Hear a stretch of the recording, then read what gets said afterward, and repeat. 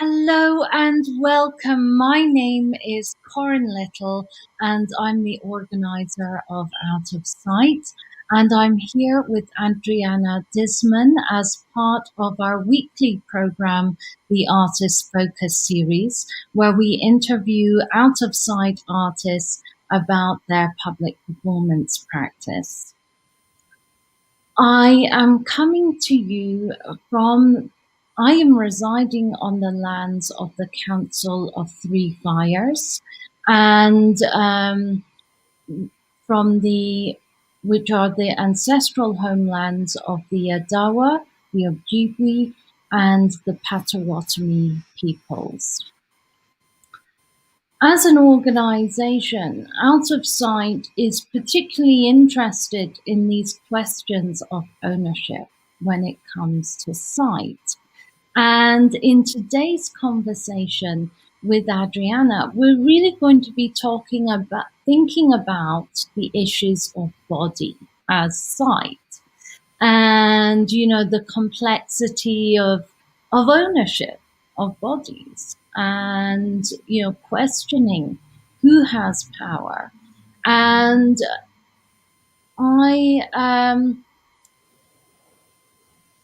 and Out of Sight is very much an organization that is about unearthing the invisible.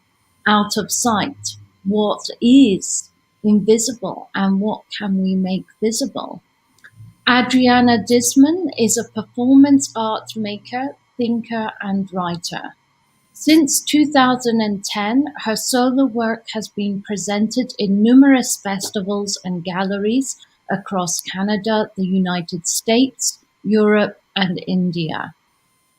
Her practice searches for minor modes of resistance as she seeks liberation, an interdependent and as an unimagined state, through refusing to adhere to the logics of power.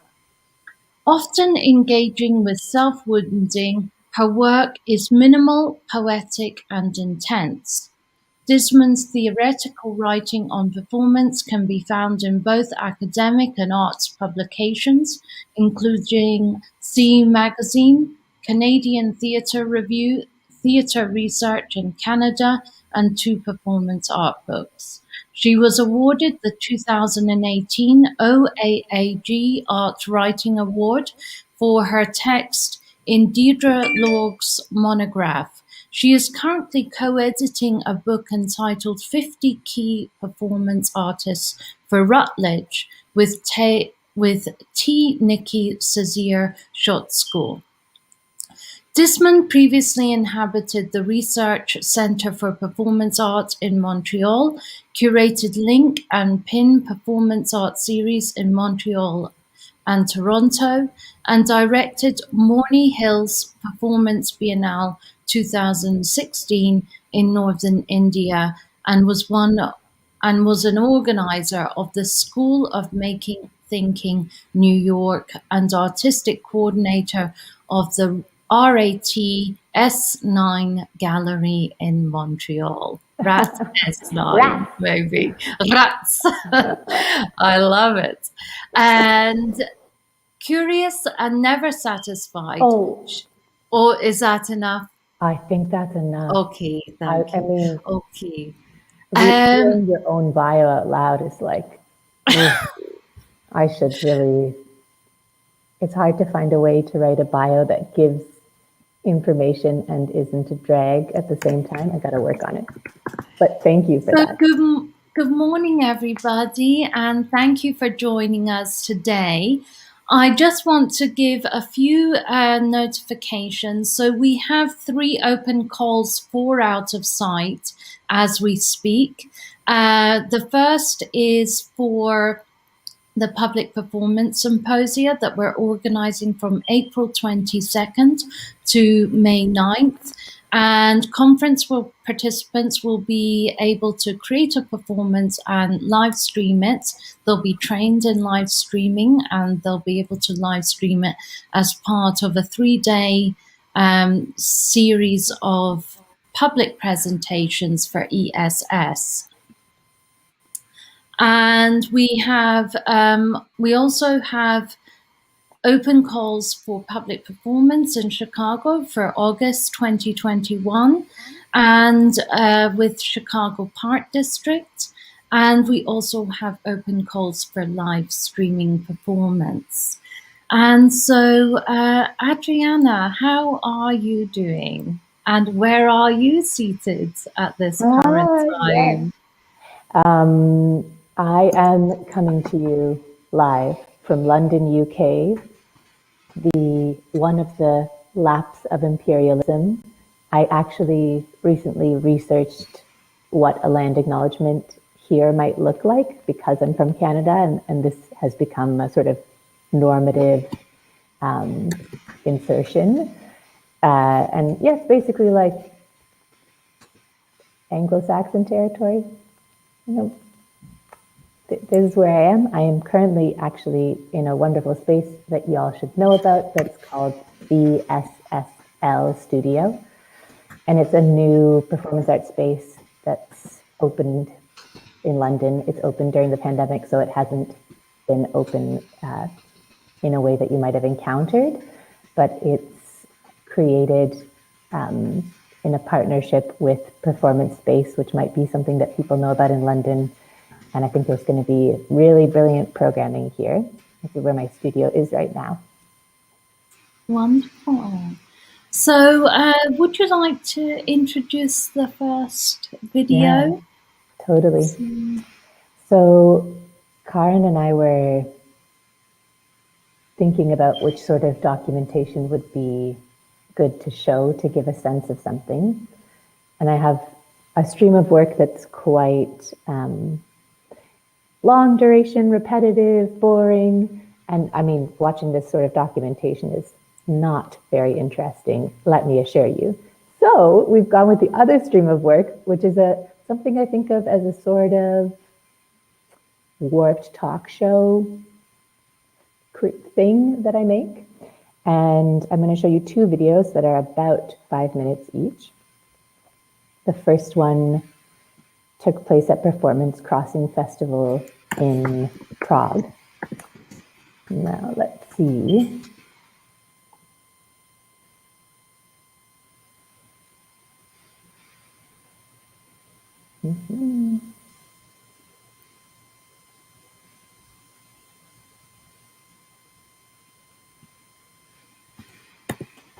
I'm just having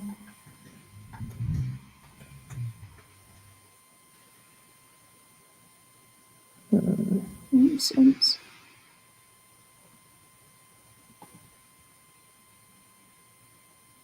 Let me give that a go one more time. Don't forget to click the audio button at the bottom. Gotcha. It seems like this browser has blocked the sharing of this. That's okay. I can do it from my end. All right, so I popped in the chat the link. The time code. I've got the link actually. Okay, and the time code is 4 minutes. Okay.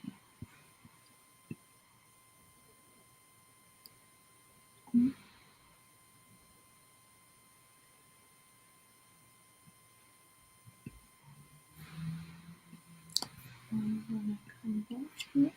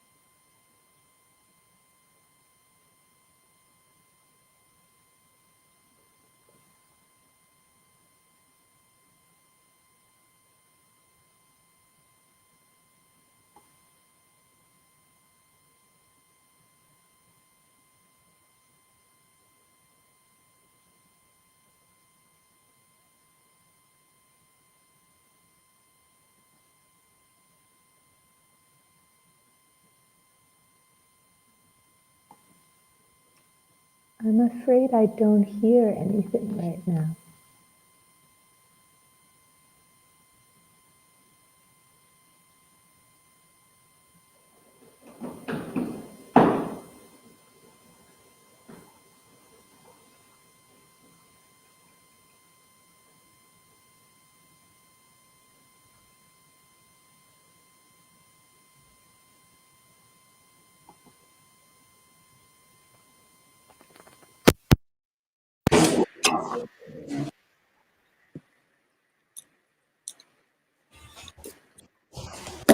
Hello, can you hear me?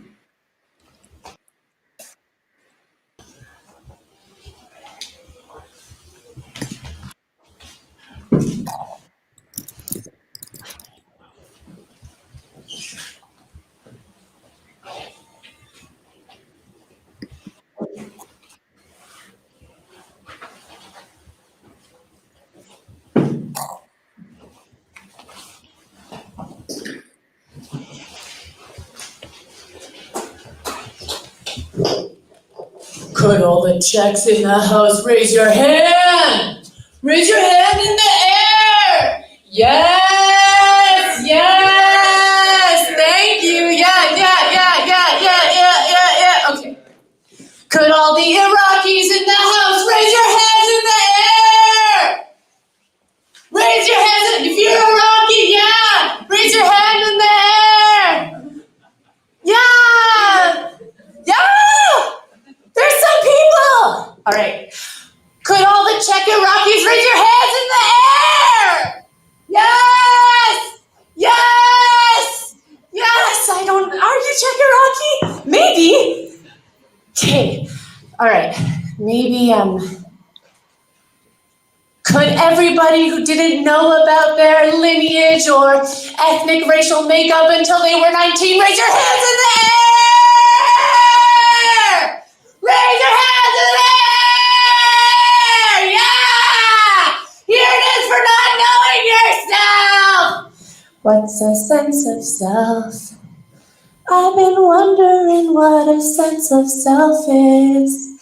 And if you have a sense of self, does it mean you have a sense of the other? What's another anyways? Do you have a sense of self?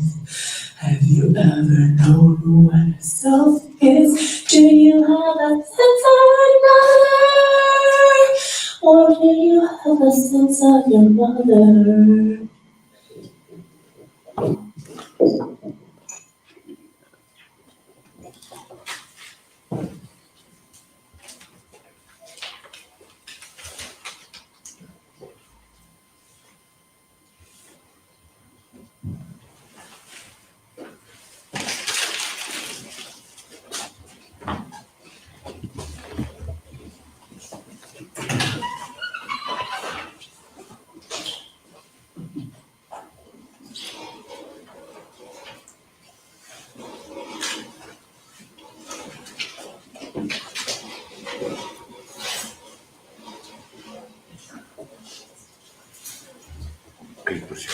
Let's do it.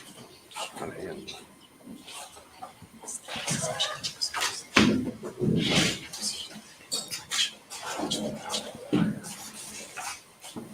Just a little bit over, just a little bit. Just a little bit. A little bit over. Yeah, a little bit over. A little bit over. A little bit. Just a little bit. Yeah. A little bit more. A little bit more. Just a little bit more. Just get nice and just cozy up. Cozy up. Yeah. Great. Good. Love it. Perfect. Wow. Okay, guys. I have a proposal for the festival. Since I'm, kind of opening things up here, which is not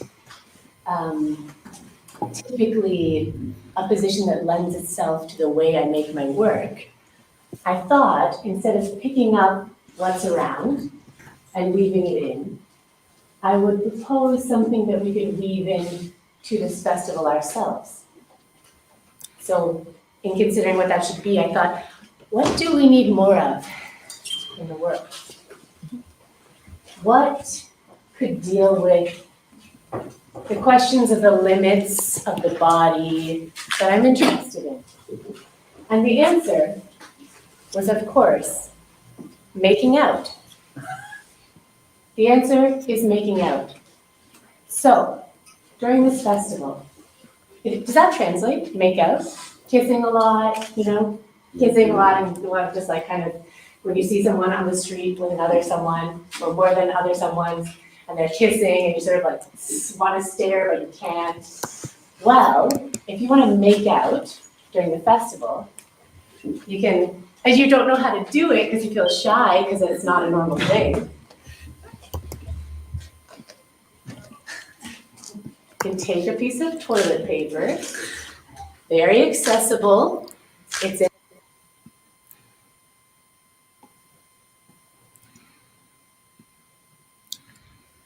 Hello, so we got, can you hear that? I can hear you.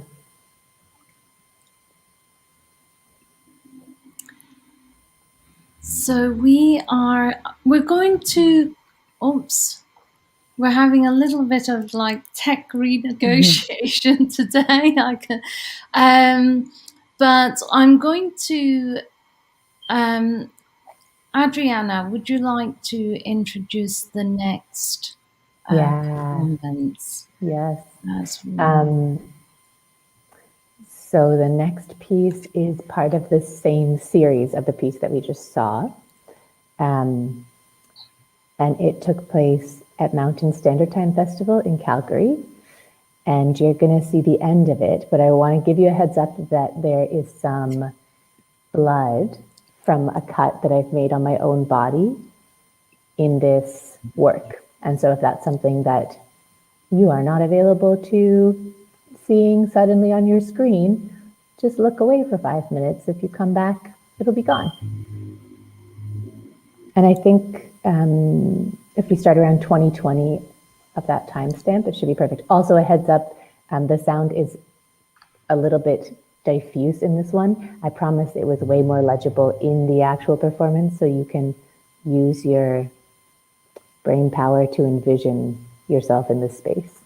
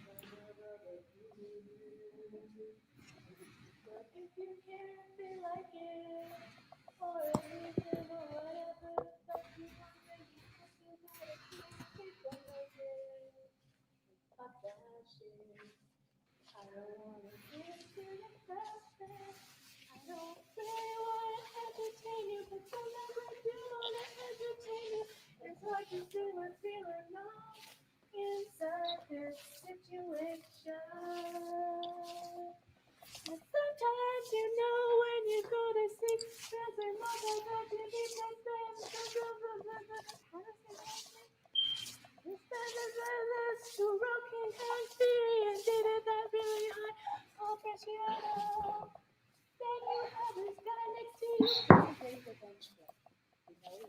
you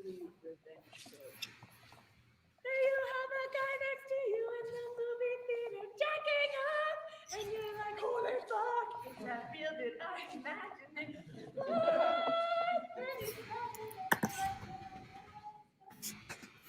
I'm telling you, jacking up, and you think to yourself, do I want to stop this?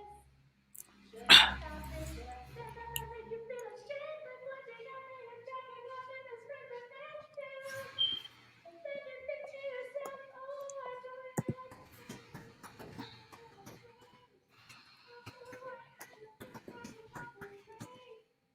also, this is kind of intellectually the most perfect way to say that you always get sucked back into what you say.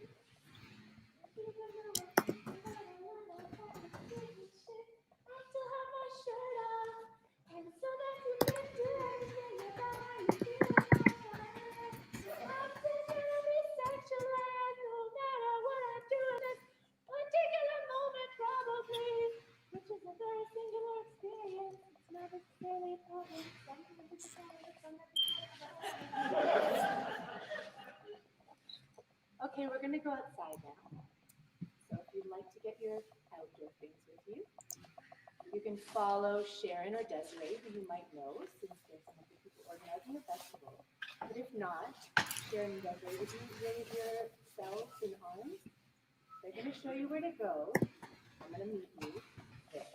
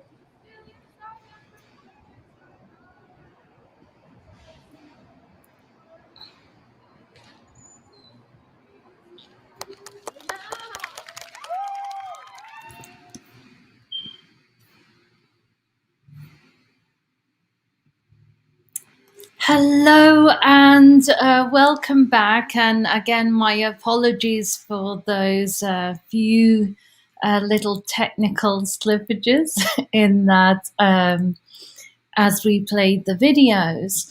But it's interesting that we've just been censored from Facebook today as part of the showing. And just to let everybody know that, as we engage in a conversation, we will be obviously addressing some difficult areas in relation to the body and thinking about it as a site of research and investigation. But I wanted to start off, Adriana, by asking you to, I'm interested, this is really about talking about performance practice and our tactics and strategies. And although I don't really like to use that word, but I'm wondering if you can share with us how you create a performance, or, do you start by writing a script? And, why I'm also interested to know about this blurring of categorization and how you're employing this as a tactic in your work.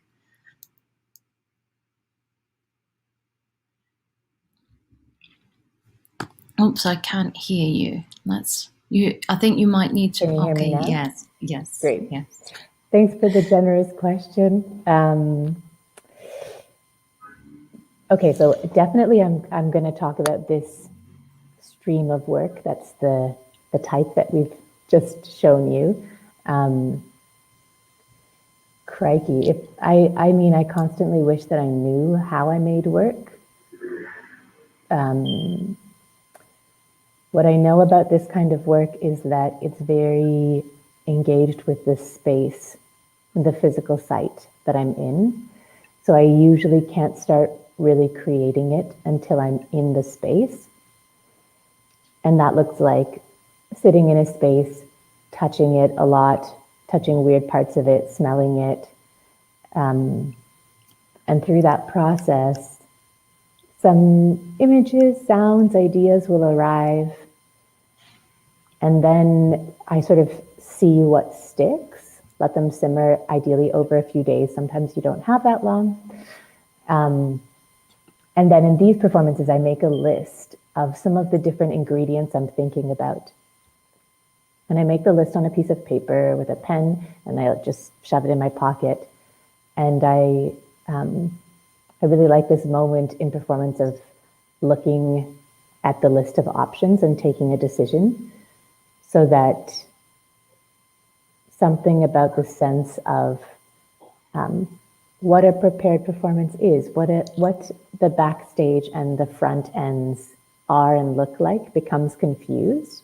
Like it might look like I forgot what's happening next, or like I'm about to read something out. But the performance itself only gets decided in its moment. I might have an idea of some of the stories I'm going to tell, or the theme around it. Like one of the performances we saw was really focused on gendered violence. And the other one, of course, was about this question of identity and selfhood. But how those things play out, or which stories get told and how, is based on what's happening in the space with us together.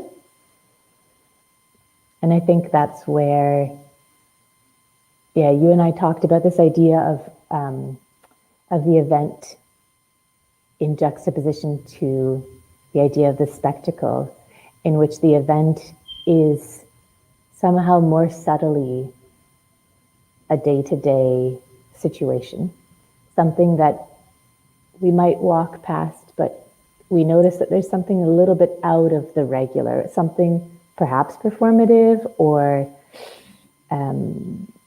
moving in a different rhythm, and then the spectacular being something that announces itself more clearly as out of the everyday rhythm. And I think in this this weaving of drawing the ingredients together is where I'm really fascinated in jumping between those spaces. In speaking with you, in one of those performances, I was speaking with another artist before the event started. We were looking at a spider in the space and talking about it, and then they announced that it was time for me to perform. And so as we were talking, I started the performance. So I started singing, "This is my performance."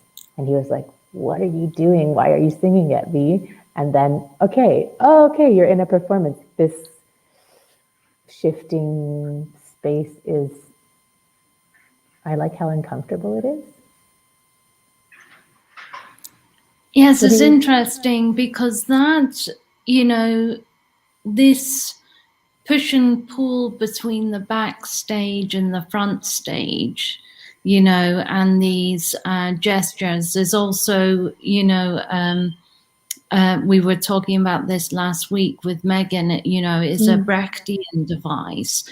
But I was interested, both of us grew up in the queer community, and you're talking about the spectacle.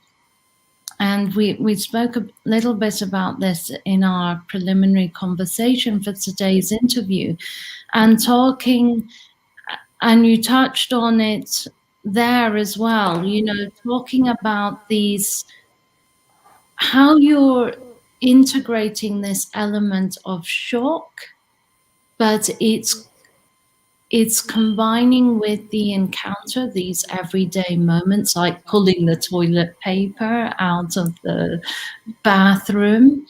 And yet, and you're talking about gendered violence and how much of gendered violence actually is embedded in language, in the everyday. And, and how you're integrating these layers of these invisible moments that occur, and you're integrating them as part of your scripts and your scores to the performances to kind of make visible these tensions.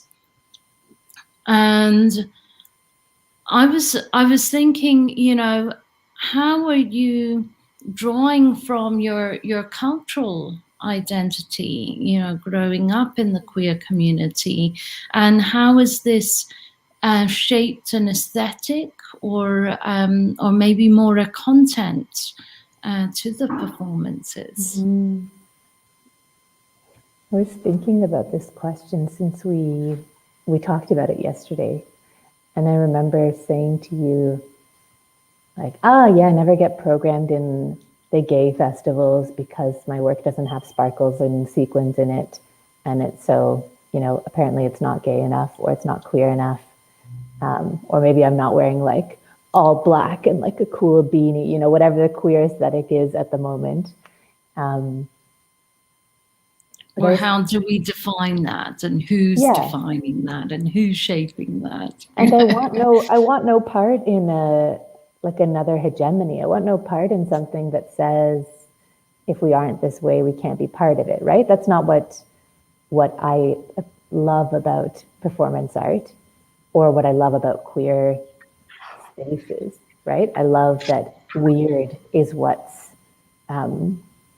given space without being automatically pushed out. Anyways, I was thinking about that, and I was like, is my work queer? I mean, it's queer in as much as I'm queer, absolutely. But I think there's something about this area of rupture where what I'm interested it's not the kind of shock that compels people to flee in fear or respond defensively, but rather the kind of destabilization that something illegible does, that seeing something that we don't understand, the kind of shock that brings, wherein we don't know how to respond. We don't even know enough of a response in order to say no, say yes. And I think this really might come from my sensibility of growing up with all the weirdos, right? And that our very embodiment, the very spaces that were created, that were spaces of home for me and love for me and community and family, those people in those spaces are inherently unusual and made strange as they move through space, not only when they're in full drag gorgeousness, but also when they're humans walking through space, that they'll do something that's a little bit off. And I think maybe in my work, I'm always leaning into that. What's the thing that's a little bit off? Like, sure, I'm not Cher, but I'm like, the subtle Cher. What's the like?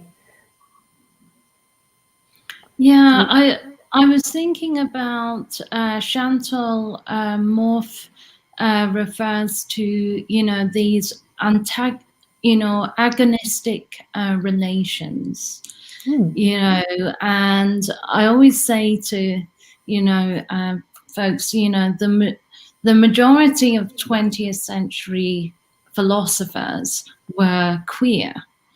And 20th century philosophy was, in fact, defining difference. And Roland Barthes talks about, individual interpretation and individual response. Like, we're all going to read the signs and symbols in something completely differently. And I was interested in the first performance, or no, it was the second performance you shared, Questions Without Answers. There was a great sense of warmth in the audience after that performance, because you shared, the vulnerability of these edges of what it means to be human. But also, at the start of that particular performance, you shared quite a few stories about instances of gendered violence.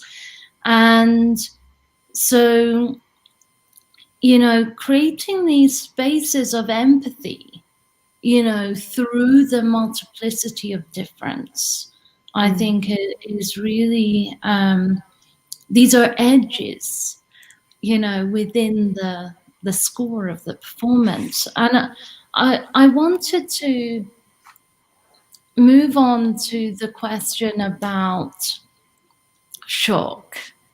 And this also kind of relates to the idea of spectacle, because, how are you thinking about shock as a way to shift power, within the performance? And maybe you could talk about that relationship that happens with the body physiologically, in the body of the audience physiologically. And are you, have you been asking yourself those questions? Yeah. Thanks for those thoughts. I think I want to share two anecdotes. Feel like they anchor my thoughts around this. I mean, when you say this, it balloons out unstoppably. So the anchors. Okay, anchor point one. In one of the performances you saw, I actually do this in both performances. There's a gesture that I've returned to in which I dip the rolling paper of a cigarette in my blood from a small cut I've made, and then I let it dry, I roll a cigarette, and I smoke it. In all instances where it's possible, I like to smoke this inside an enclosed space with the audience. What it makes me consider, or in fact, it's my way of considering and doing thinking about the inside and the outside of a body, how we determine what an inside and an outside is. So that when I take, first I bring the material of my blood from the inside to the outside, and I know this happens because it turns red from the air, it oxygenates, I suppose, and I see it come out. It looks different. Suddenly there's liquid there that can make lines. And then I burn it, and in that process it transforms its material being, turns into smoke. I breathe it in. The oxygen and smoke shift, and I breathe out carbon dioxide and smoke. And then you breathe in that thing that was the inside of my body into your body. You transform it, you breathe it out. And so this sense that perhaps, I definitely don't feel that bodies end at the skin. Certainly, this has no sense for me. And it feels beautiful to imagine that I'm just a little bit inside each of the lungs of the people here, and they're a little bit inside mine. With coronavirus, I think this has become much more evident, and smokelessness doesn't erase the evidence of that. And in terms of thinking rupture and the body, I'm fascinated with when systems of power, with where they show up in and on the body, whether it's in a physical sensation, which is also a thought, or also in emotions and feelings. I think that emotions and feelings are one of the places that contemporary power is most effective and active, especially in contexts like the UK and North America. And I told you this story, but it's been playing over and over in my head. I've known someone when I lived in Canada who, whenever they would see a cop car racing down the street, they would hear the siren, they would step into the road and cross the street extremely slowly. The cop car's like, get out of the way. I was like, I'm going, I'm just crossing the street. And then she would cross and finish, and the car would go. When she told me this story, I was flabbergasted. I've been thinking about it for years. Because every time I hear a cop car, and I consider, if I ask myself, okay, do you know what, actually, this makes sense to me on a political level. This way of doing impeding is of interest to me. It's not totally legible. It's not as obvious as an anti-position, but it does work. And it does work in a way that's not totally legible and not totally clear. But imagine if every person in London committed to this practice, you'd shut a system down. Imagine if every person in Chicago slowly impeded a cop car, and then the cop car started moving again, the next person would slowly impede. I mean, you'd shut it down.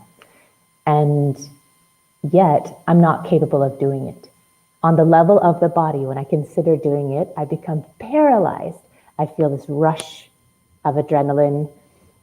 My thoughts go like all the impacts that could happen from that, how the experience might be in London, particularly about getting run over because cars go incredibly fast here. And in this way, I control myself. I am controlled. I become a self who is controlled. Control selfifies me. So in those moments, like that's always what I'm looking for in the work.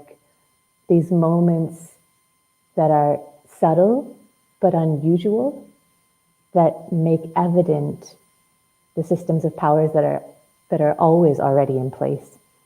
So that when you lay down on the sidewalk, you immediately see how much you're not supposed to lay down on the sidewalk.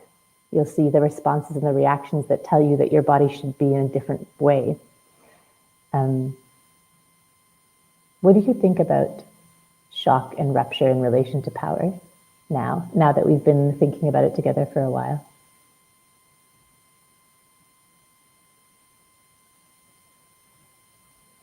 I don't actually hear you, but I'm not sure if that's only me. Sorry, I was doing some typing, so I turn off my mic. I have been, so I recently co-chaired a panel at the College Arts Association, specifically talking about some of the issues that we're talking about today, triggering, and how this and the act of witnessing a traumatic experience. And I think what is, very interesting is when you talk about the materiality of the smoke working inside and then entering entering the collective body. And this is what emotions do. And I actually, I have a couple of stories that I want to share with you. And one was, I was on holiday in Sorrento in Italy, and it was Easter. And there was this parade in the street of 1,000 monks, and they were wearing what I perceived to be black Ku Klux Klan uniforms, with the heads and the pointed hats. Yeah. And they were whipping themselves. And this was 1,000 monks, parading through the streets. And I'd never seen anything like this in my life. I was horrified. And I went home to my dad, who was a theologian, and said, what is this? And How he old said, are you? I was maybe in my late 20s, early 30s. Okay. And I was teaching in London at the time. And my father said, that's a practice of the Masonic monks. And I thought, and then I've recently been reading the autobiography of Thomas More, who also self-flagellated himself, as a ritualistic practice. And so there is this, this notion of the body as site of pain, and how this pain becomes transformed into, you talk about it, becoming part of the collective body. And I want to go back to this idea of, what is the physiological impact on you. And I do want to open it up for questions with the audience as well. So please type your questions in the chat. But Mar, we were, in my conversation with Mar, we were talking about, this internal, how a performance can internally impact one's physiological body, and how it can externally. So I'm wondering if you have an internal impact at the end of a performance, physiologically. Yeah, absolutely. I just noticed also that there's this comment stream with people who are watching, and it's so nice to see those people that I know wrote something. Hi.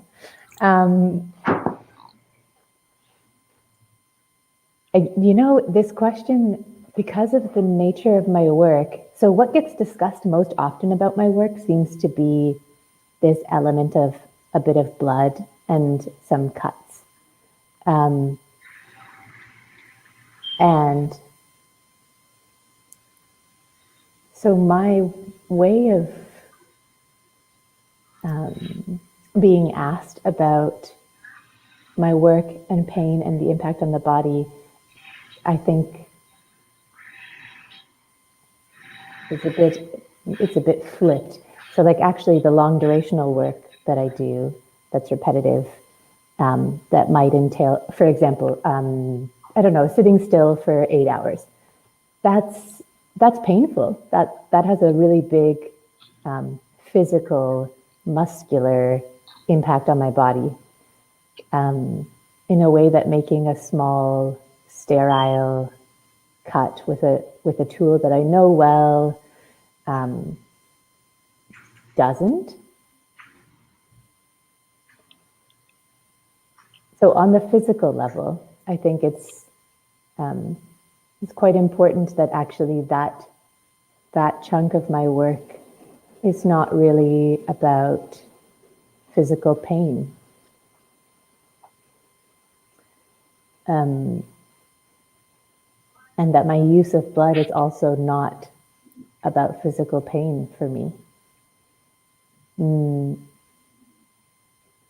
However, also on the internal physical level, I think in the same way that the skin is not the limit of the body, like, whoa, this is another, I don't know if I'll say the scientific part's correct, but there's, I think it's the sort of magnetic field moving outward from the body, from the heart center, is something of like 3 to 6 feet in distance, so that if we're in the same room, I could say to you right now, you're in my heart, and I'm in your heart. We are in each other's bodies right now. And that, the reality of the impact of being in space together and doing performance, the impact of sending sound through each other's bodies. Right now, my voice is traveling, albeit through speakers, into the bodies of those who are hearing it. These sound waves are entering into you, and they move things. This is what I miss. This is what we don't have in the same way right now, right? But maybe, I don't know if I can say that there's a specific known physiological impact internally from all performance, or what that impact is, but there certainly are impacts for me. I mean, are there for you? Yes, I mean, I wanted you to kind of and I think there was a misunderstanding because Please help me. I think, well, Julia Kristeva talks about the abject and this way, and when we go through horror, we can reach enlightenment. And I do think there is, although we're not, there is an aspect of that at play. And when you spoke about this, this alchemical process almost, of the blood being on the paper, you smoking the cigarette, the smoke being breathed in by the audience, like there is an exchange of the abject,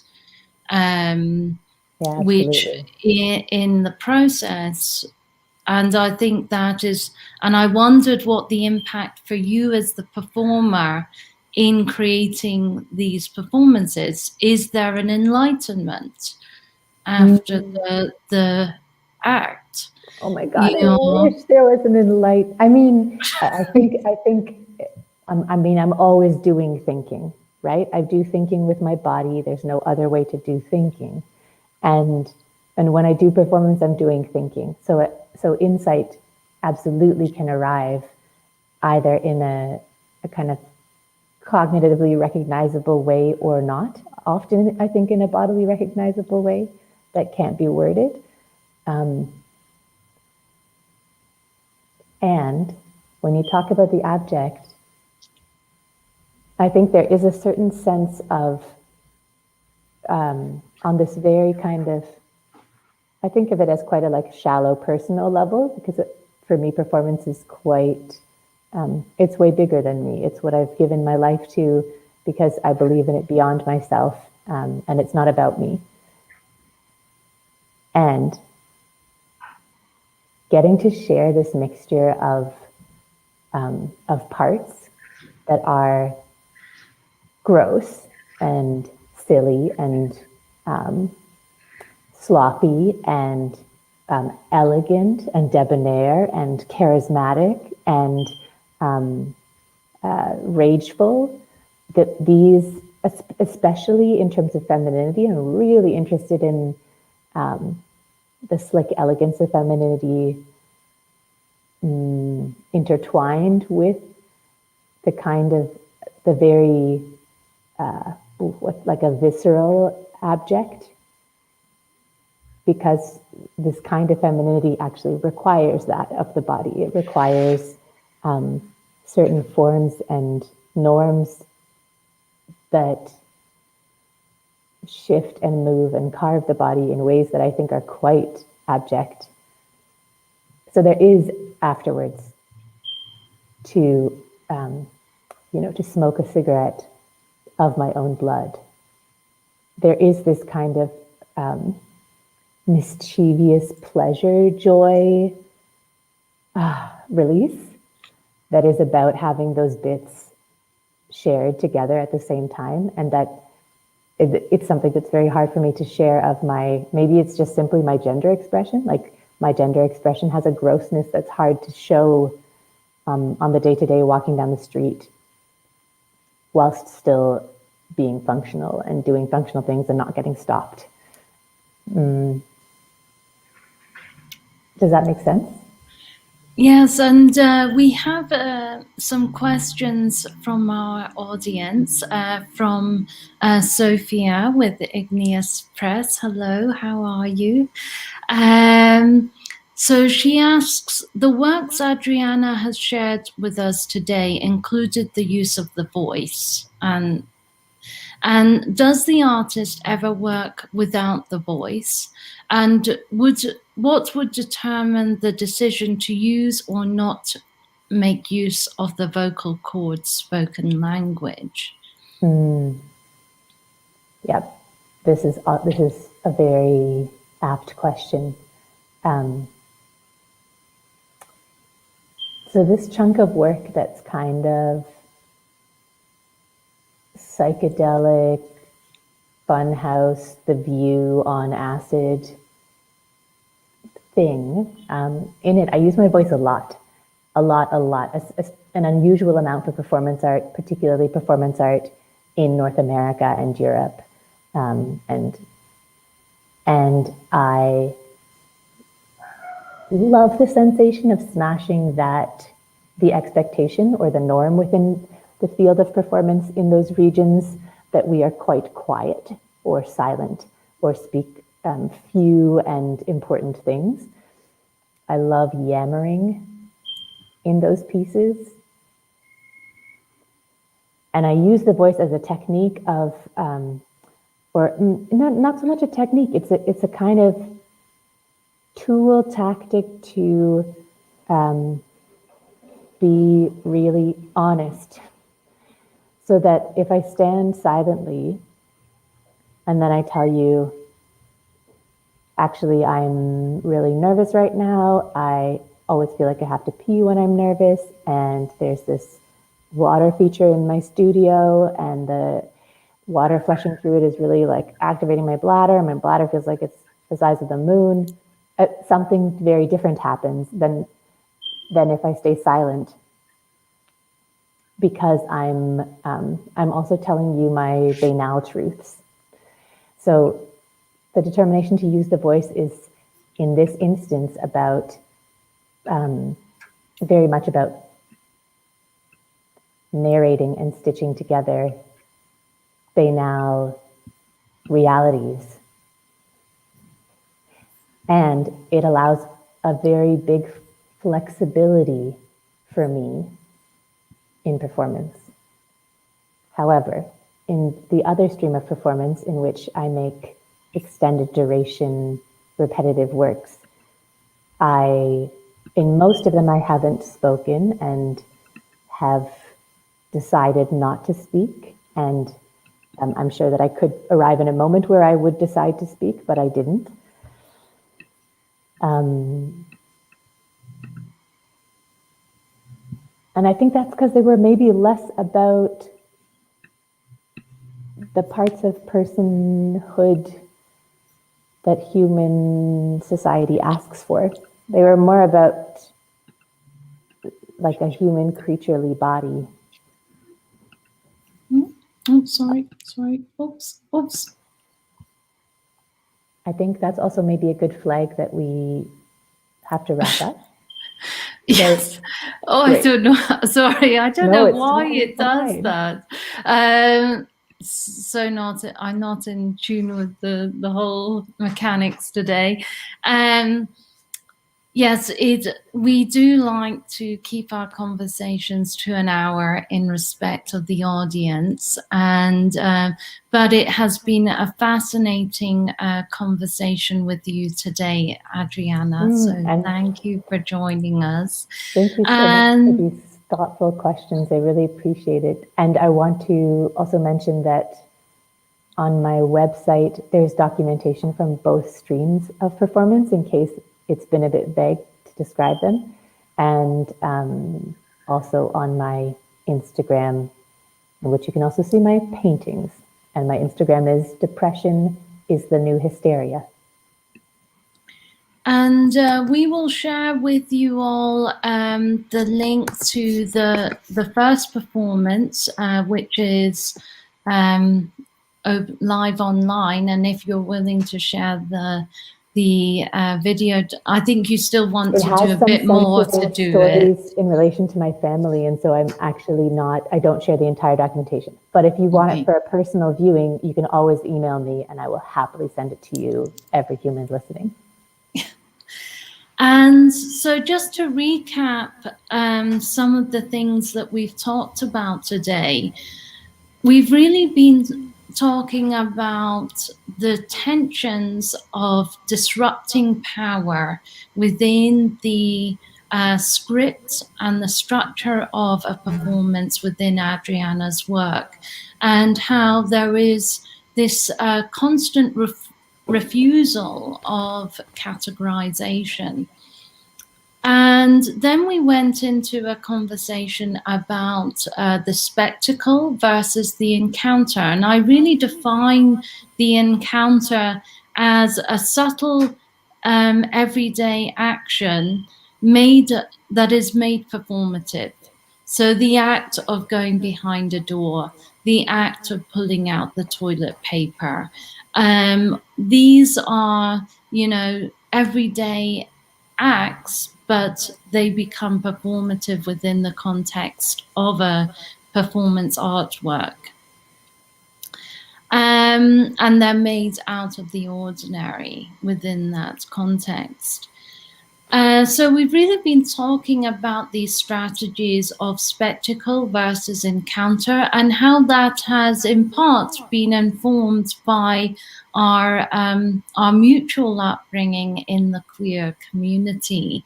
And, this is an ongoing conversation, but how do we as second generation queer spawns really define our cultural aesthetic in our practices?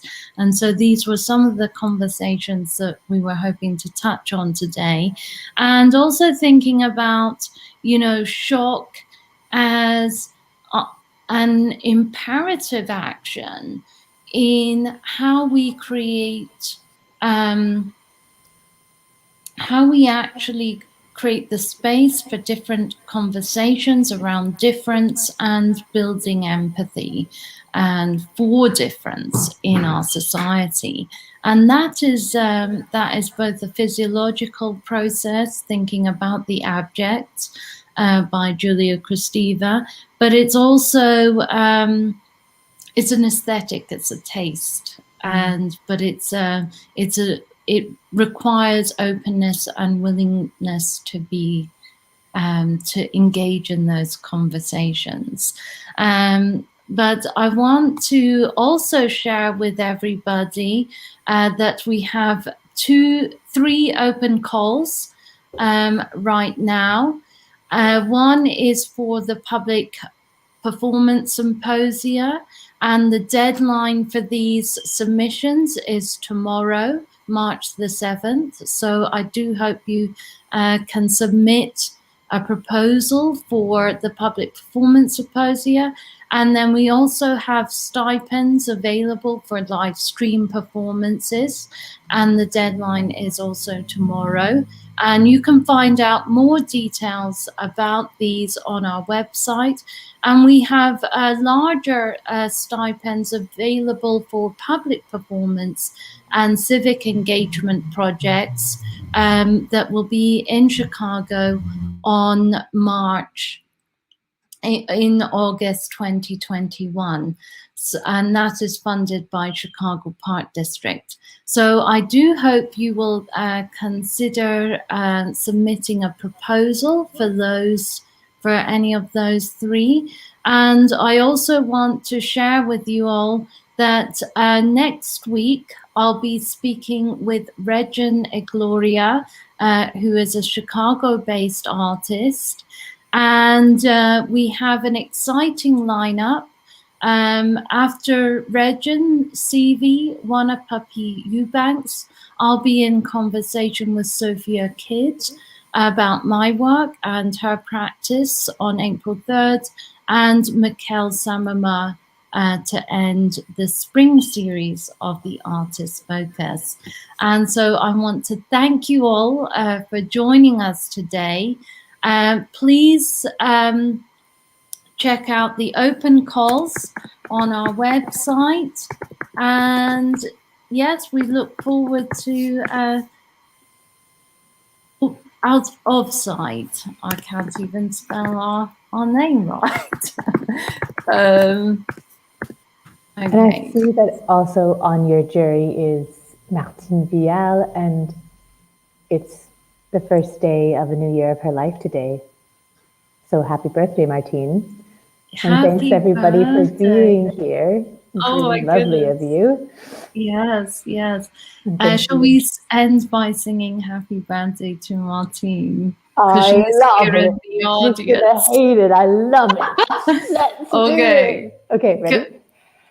Happy birthday to you. Happy birthday to you. Happy birthday, dear Martine. Happy birthday to you.